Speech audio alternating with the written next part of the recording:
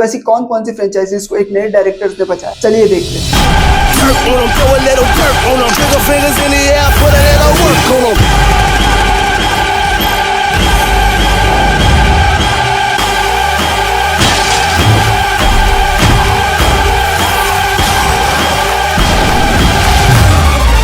Hello guys, welcome to movie spots. तो इन directors के विजन ने और उनकी क्रिएटिव आइडियाज ने इन फ्रेंचाइजीज को कैसे बचाया, चलिए देखते हैं। सबसे पहले बात करते हैं थॉर फ्रेंचाइजी की। केनेथ ब्रेलन का पहली थॉर फिल्म काफी बैलेंस ह्यूमर और एपिक स्टोरी लाइनिंग का था, लेकिन Thor the dark world fail हो गया ऑडियंस को इंप्रेस करने में।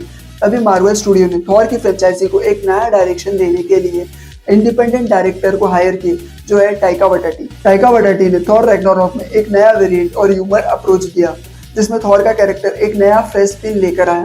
इस फिल्म ने नॉट ओनली फ्रेंचाइजी को रिवाइव किया, बल्कि ऑडियंस को भी बहुत ज्यादा एंटरटेन भी किया। इसके बाद अपनी नेक्स्ट फ्रेंचाइजी है हैरी पॉटर।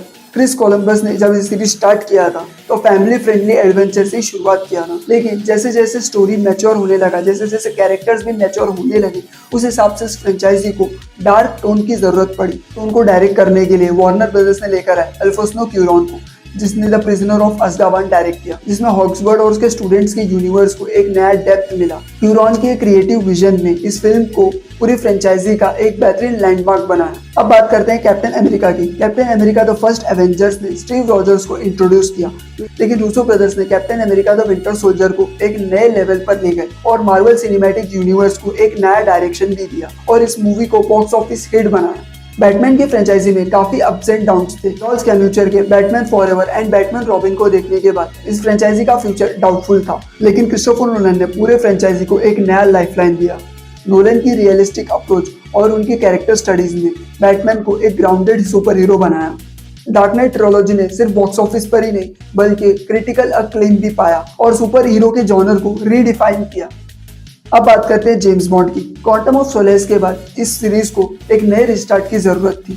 सैम मेंडेस ने स्काईफॉल के साथ बॉन्ड को एक नया लाइफ दिया। मेंडेस ने ग्रिपिंग स्टोरी लाइन और स्टनिंग विजुअल के साथ इस बॉन्ड के वर्ल्ड को और भी डीप किया। इस मूवी ने नॉट ओनली बॉक्स ऑफिस पे धूम मचाया, बल्कि बॉन्ड के पूरे फ्रेंचाइजी का एक नया एरा भी सेट किया। मिशन इम्पॉसिबल ने भी नए डायरेक्टर्स के साथ फ्रेंचाइजी को रीडिफाइन किया। ब्रायन डी पाल ने इस फ्रेंचाइजी को एक स्टाइलिश थ्रिलर के रूप में शुरू किया था। एमसी क्वेरी ने रॉगी मिशन एंड फॉलआउट के साथ इस फ्रेंचाइजी को एक नए लेवल पर लेकर गए। एमसी क्वेरी की रियलिस्टिक एक्शन और टॉम क्रूज की डेयरडेविल स्टंट ने ऑडियंस को हर बार स्पेल बाउंड किया। अब बात करते हैं वुल्वरीन की। एक्समैन ओरिजिन वुल्वरीन के बाद इस फ्रेंचाइजी को एक नए डायरेक्शन की जरूरत थी और तभी जेम्स मैनगोल्ड आए और उन्होंने द वुल्वरीन के साथ एक इंटेंस कैरेक्टर ड्राइव और स्टोरी लाइन दिए। लेकिन उनकी असली मैजिक लोगन मूवी में थी, जिसमें वुल्वरीन को इमोशनल जर्नी पर ले आया। मैनगोल्ड ने एक डार्क ग्रिटी एटमॉस्फेयर क्रिएट किए, जिससे ह्यू जैकमैन अपने आइकॉनिक रोल को एक फेयरवेल दिया।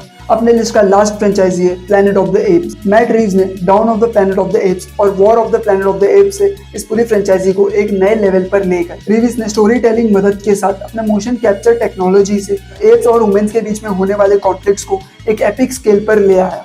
इस ट्रियोलॉजी ने एप्स के वर्ल्ड को एक्सप्लोर किया और उसी के साथ थॉट प्रोवर्किंग नैरेटिव भी दिया। तो दोस्तों, ये था वो 8 फ्रेंचाइजी जिसको नए डायरेक्टर्स के आने की वजह से एक नई जिंदगी मिली। दोस्तों, ये 8 फ्रेंचाइजीज में से आपको कौन सी फेवरेट फ्रेंचाइजी है वो मेरे को कमेंट में बताना। अगर ये वीडियो पसंद आया तो लाइक करना और अपने दोस्तों को भी शेयर करना। और भी इसी तरह इंटरेस्टिंग वीडियोस के साथ मिलता हूँ आपसे और एक वीडियो में। तब तक के लिए बाय।